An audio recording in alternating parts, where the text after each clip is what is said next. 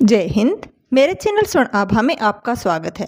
क्या आप जानते हैं कि एक ऐसा पौधा है जिसकी पत्तियां, फूल और फल तीनों ही शरीर के लिए बेहद फायदेमंद होते हैं। सहजन, जिसे मोरिंगा भी कहा जाता है, आयुर्वेद में अमृत समान माना जाता है। आज हम जानेंगे इसके हर हिस्से में पाए जाने वाले पोषक तत्व, उपयोग और सही तरीके के बारे में। सबसे पहले बात करते हैं सहजन की फलियों की, जिन्हें हम ड्रम स्टिक के नाम से जानते हैं। ये खाने में स्वादिष्ट होने के साथ ही पोषण से भरपूर होती हैं।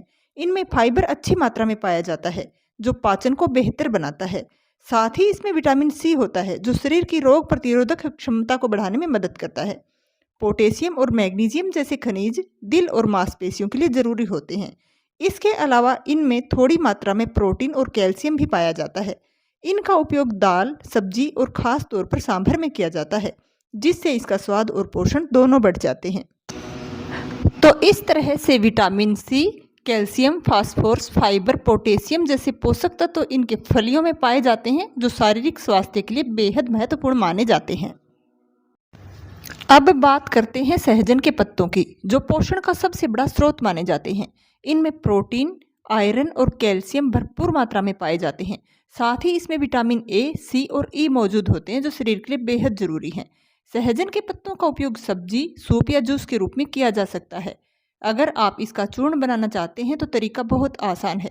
सबसे पहले ताज़े पत्तों को तोड़कर अच्छी तरह साफ कर लें, फिर इन्हें छाया में सुखाएं ताकि इनके पोषक तत्व सुरक्षित रहें। जब पत्ते पूरी तरह सूख जाएं तो इन्हें पीसकर बारीक चूर्ण बनाकर स्टोर कर लें।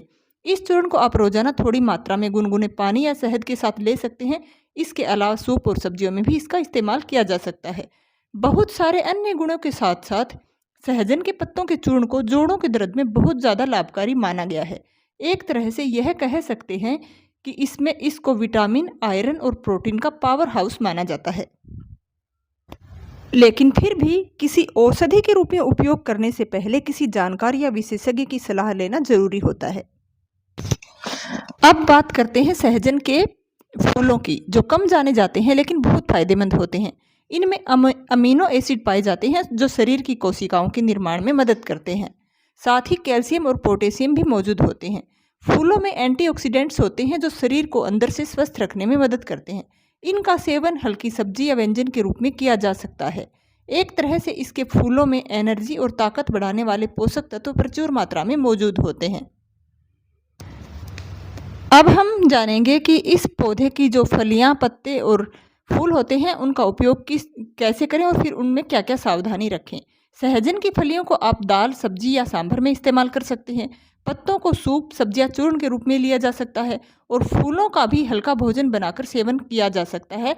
इनका हल्की भाजी जैसा या फिर सूखी सब्जी भी बनती है। लेकिन ध्यान रखें, किसी भी चीज़ का अत्यधिक सेवन नुकसानदायक हो सकता है, इसलिए सहजन का उपयोग संतुलित मात्रा में ही करना चाहिए। यदि आप किसी बीमारी से पीड़ित हैं या फिर दवा का सेवन कर रहे हैं तो पहले विशेषज्ञ की सलाह लेना बेहतर होता है।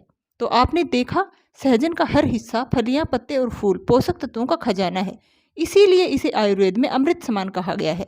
अगर आपको यह जानकारी उपयोगी लगी हो तो वीडियो को लाइक करें और ऐसे ही ज्ञानवर्धक कंटेंट के लिए चैनल को ज़रूर सब्सक्राइब कर लें।